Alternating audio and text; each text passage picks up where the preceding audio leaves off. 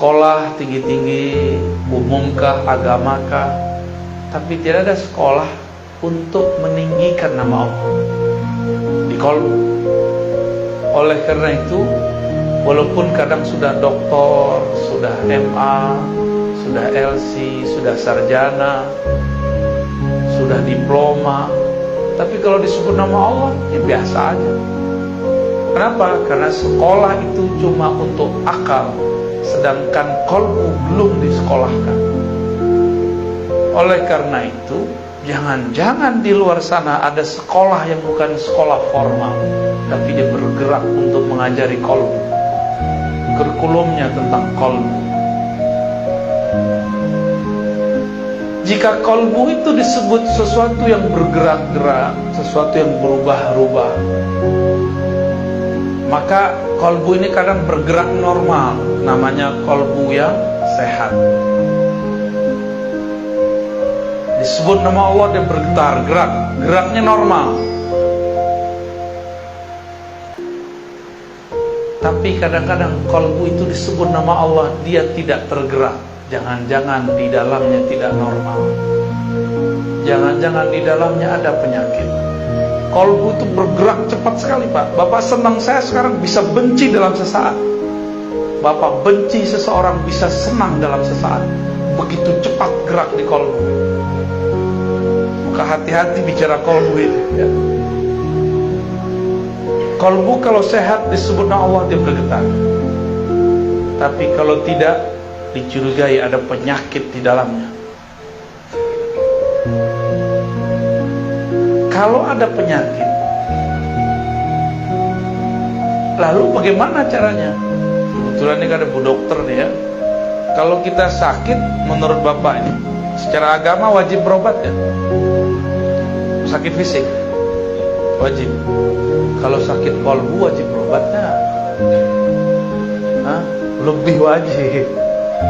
Benar ya? Kolbu ini, iya, secara gerak digerakkan antara jari-jari Allah. Kita tidak tahu makna jari, kita serahkan maknanya kepada Allah. Tapi kalau disebut jari, ini jari Bapak Ibu, gampang dipegang nggak? Bisa dilempar nggak? Bisa dibuang. Apabila kolbu ada di antara genggaman-genggaman Allah, maka kolbu ini hanya bisa dikuasai oleh Allah. Jadi kita sendiri tidak bisa menguasai kolbu. Bapak ini bilang, ibu ini bilang, saya hanya senang ini, saya benci si fulan. Ternyata ketemu dia kita tersentuh. Bisa nggak begitu?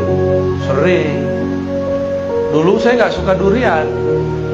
Tahu-tahu dipaksa sama orang siapa dulu, orang tua apa kakak saya dulu, masukin ke mulut.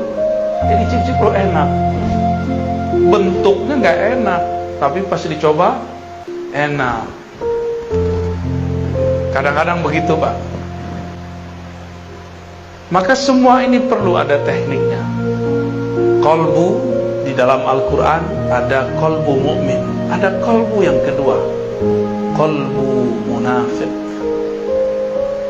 Saya setiap hari menuduh diri saya munafik, karena di hati lain, di pikiran lain.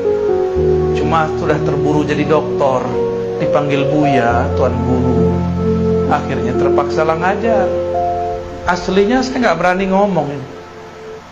Kalau hitung-hitung diri itu nggak berani ngomong. Cuma pulang kembali, ilmu kan milik Allah, suci milik Allah. Jika Allah maha suci, kita berarti maha ternodai. Maka dengan itulah saya datang kepada Allah dan saya minta izin, ya Rabb, ana abdukal faqir al-muznib. Ya Allah, aku hambamu banyak dosa, alim pun tiada, ya. Makom tinggi pun tidak, tapi orang husnuzan. Maka dengan ketinggianmu ya Allah, dengan kemuliaanmu ya Allah, aku menumpang di situ. Berharap Allah menyertakan kita dalam kemuliaannya, berharap Allah menyertakan kita dalam kealimannya, berharap Allah menyertakan kita dalam zikir-zikirnya. itu sebenarnya kenapa wajib istighfar.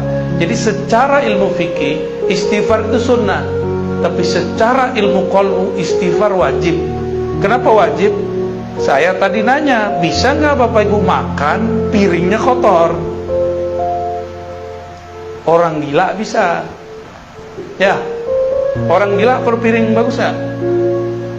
Tapi kalau orang waras, miskin pun dia, kita hidangkan makanan yang enak tapi piringnya kotor, tersinggung nggak deh? Tersinggung, kecuali ente majnun ya.